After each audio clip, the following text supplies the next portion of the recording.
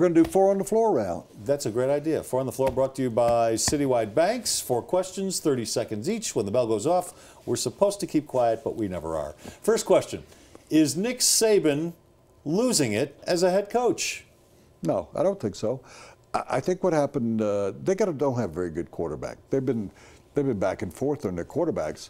If I were Nick Saban, the announcer said in that game, he's going to come out and talk about the turnovers, that lost the game. If I went in there and I was Nick Saban, I would say to those players, that was a hell of a game. That was a great game. You got beat on a couple of plays that were goofy plays. One was a sack. There was a balloon that was thrown up. And I don't know whether you saw this play, but I didn't. The quarterback for Ole Miss was getting sacked, and he just threw the ball up like it was Goodyear blimp. Yeah. And it bounced off 2 hands and ended up with an Ole Miss player ran it in for a touchdown. That's sort of a Doug Flutie kind of goofy kind of play. The other was a great, great call. You probably missed this. So they think, Ole Miss is going to run out trying to run the clock down. This is late in the game. Quarterback goes out right, runs really hard, gets to the line of scrimmage, and everybody's coming over to tackle him, and he just lifts it over the people, and there's a wide open receiver. And the officials ruled he was over the line of scrimmage. In college football, if any part of your body's behind the line, it's a complete pass. His butt and his back leg were behind the line. It's a touchdown. And if I'm Nick Saban, I'm telling him, guys, we would have won that game except for goof plays and some other turnovers. So, no, he hasn't lost it. I'm sorry. I was wondering if the bell was working or not. Well, I took the whole minute. Nick Saban has not lost anything. Just because a highly ranked team loses a game once in a while, nobody goes 12-0 every year. Nobody goes 11-1 every year. You're going to have some down years, and you're going to have some bad games. They don't ever lose at home. Nick Saban, they don't ever lose at home. I know, but Nick Saban's not losing it. Sometimes, Let me tell you what's going to happen. The bear gets you. Remember that thing? Well, that's Bear Bryant. He got you. Remember he denied all the Texas stuff, and there was stuff? Texas? Do you think Texas comes back again? And tries to pull Nick Saban away? How bad's the NFC East? Well, now with Romo and Des Bryant, it's pretty bad. That division could be won with an 8-8 or a 9-7 record. There's not a team in that division that's going anywhere. So, well, let's say if you're the Cowboys, though, I would respond. If you're the Cowboys, if you kind of... I didn't think they were a Super Bowl contender to begin with. Well, I did. If you can muddle through with Whedon and really Romo's going to be for back 12 weeks, muddle through. Woody, they're not going to the playoffs. They have a tough they schedule. May, because that conference is so bad. Can I tell you something? With Des Bryant going down, I had them having a losing record at the bye week, at the halfway point of the season. Well, who do you like to win that bunch? You like the Giants? No, you don't like the Giants. You like Philadelphia? You like Washington? No, if I had to pick, I'd probably say every one of those teams has not just one fatal flaw, but 3 fatal flaws. No, I ask you point blank. Philadelphia. Okay.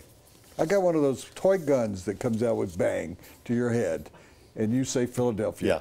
Based on what? They scored 3 points in 3 quarters at high-octane offense. Is Derek Carr fluke game or coming of age? Not a big Derek Carr fan. Haven't been, don't believe all the plaudits. Derek Carr is a mediocre quarterback and will remain a mediocre quarterback. Fluke game? No, wasn't a fluke game because Baltimore's not very good. Baltimore's not going to the playoffs either. So, really? Oh yeah, they're not good offensively, and without Terrell Suggs, the defense isn't going to carry them. So we dismiss what they did here. So that doesn't make the Broncos' victory very impressive. They had Terrell Suggs here. They were a better defense here. Well, you have to remember that what stays in Vegas, all that stuff. But if I said the word tent by pool with TVs in it and fruit, my mind is fried. My mind is fried. Stuff, so you don't know about Derek Carr and Amari Cooper. Are the new Derek Carr and Amari Cooper have got it figured out. You got LaMonica to Biletnikoff, is that what you're telling me, or Stabler to Biletnikoff? That is a great combination. Not great. Amari Cooper's great. He is great. Derek Carr doesn't. Remember last year, Derek Carr was just throwing it around because he was afraid of A, getting sacked, and B, he had no receivers. Yeah, there was no talent around him. And so Amari Cooper, I'm going to keep saying that. I love Amari Cooper. All right, are the Seahawks in trouble? 0-2 start? Well, I've just gone through it. 11% chance of getting back to the Super Bowl. 12% chance of getting back to the playoffs. Are they going to make the playoffs? No, yes, they are. But keep in mind, Arizona's going. Remember, I've told you Arizona's going to win that division. Yep. You know that. I'm keeping. Yep. San Francisco, a little better than what we thought. Nah. Whether you admit it, no, they're a little better than you thought. Nah. Okay. And St. Louis beat Seattle, so St. Louis is around. Seattle is going to be a wild card, but that's about it. I think they got it.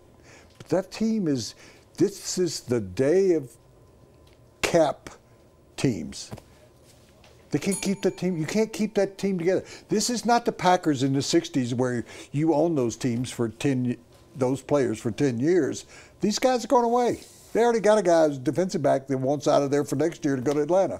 No, you use most of my time, but I don't need much. I agree with you. I think Seattle makes it as a wild card team.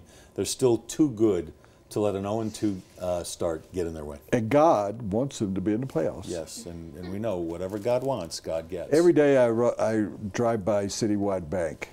I do. I drive by it, and I think about these commercials, and I think about what a great relationship that we've had with them because they feel the same way we do. And I'm going to pat Les on the back. Les does more charity work than you could possibly know. He doesn't trumpet it, and whatever I do, we're not here to trumpet that. Peyton Manning brought a kid dying to the Baltimore game, and nobody trumpeted that. But Citywide Bank let us trumpet what they do. They work with 125 charities here. Why they do that, Les? Because they're locally owned.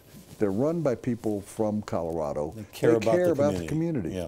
And this is not some big outfit from New York City that has no ties to Denver. So do business with people that care about what you're trying to raise money for. With 12 locations across Denver, drive past one. In Boulder, Citywide Banks, it's where we do our banking. And please join them because they'd like to have customers that have a few more bucks in their account than we have.